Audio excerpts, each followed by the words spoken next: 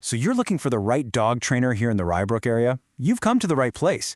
Whether you're just walking down the street, hanging out in a park, or even just trying to relax at home, having a dog that listens and behaves well, it changes everything. We're going to give you some clear, practical advice to help you find that perfect fit. Here's what we're going to cover. First, we'll talk about why training is so helpful right here in our community. Then we'll get into the best training methods out there. After that, we'll cover how to find a qualified pro, what to expect for programs and pricing, and finally, we'll wrap up with some important local rules and resources you'll want to know about. All right, first things first, let's talk about the why. Why is having a well-trained dog so important, especially in a place like Rye Brook? Honestly, it just comes down to our local lifestyle. Really, the goal is simple. It's about having a dog that's a pleasure to be around wherever you go. You want a dog who can be calm while you're at the Rye Ridge Shopping Center, who walks nicely on the leash on our quiet streets, and who's a good citizen at our local parks. That's what good training gets you. Okay, so we know the goal. Now, how do we actually get there?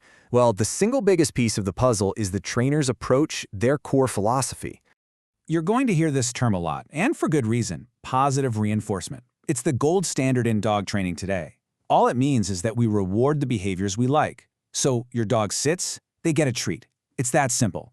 This makes them want to make good choices. It's incredibly effective, it's humane, and it really strengthens that connection you have with your dog.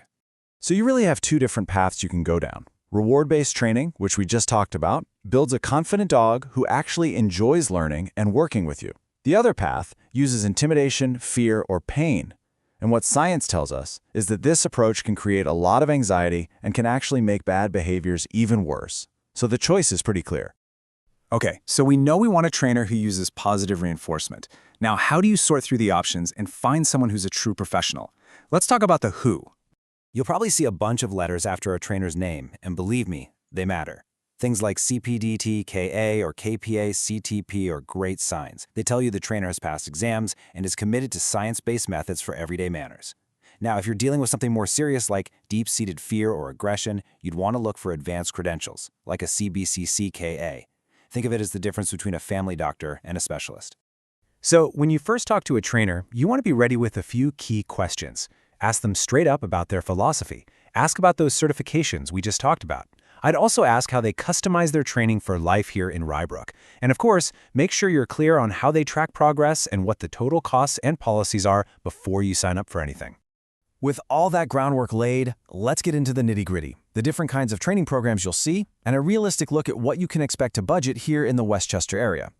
So, what's the best format for you and your dog? Well, you've generally got two main options. Group classes are fantastic for socializing young dogs and for practicing commands with the distraction of other people and dogs around. But if you're trying to solve a specific problem that happens at home, like your dog barking at the door or jumping on visitors, then a private lesson is definitely the way to go. It's totally customized to you.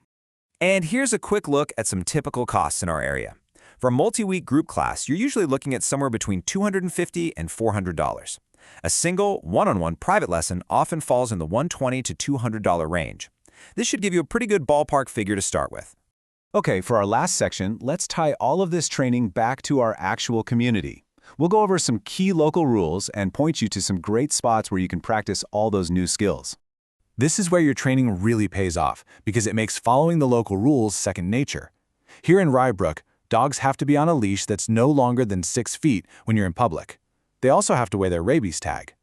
And it's good to remember that constant excessive barking is considered a nuisance, so teaching a good quiet command is a really smart move for any dog owner around here.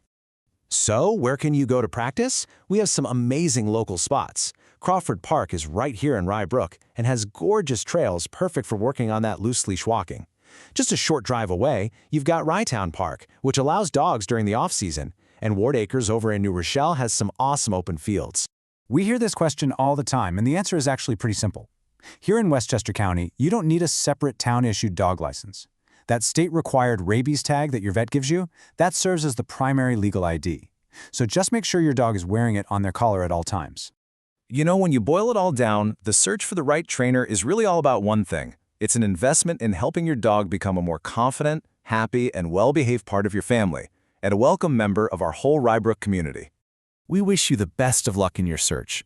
Putting in a little bit of effort right now to find the right person will lead to years and years of happy walks, peaceful evenings at home, and just having a wonderful dog that you can truly take anywhere in town.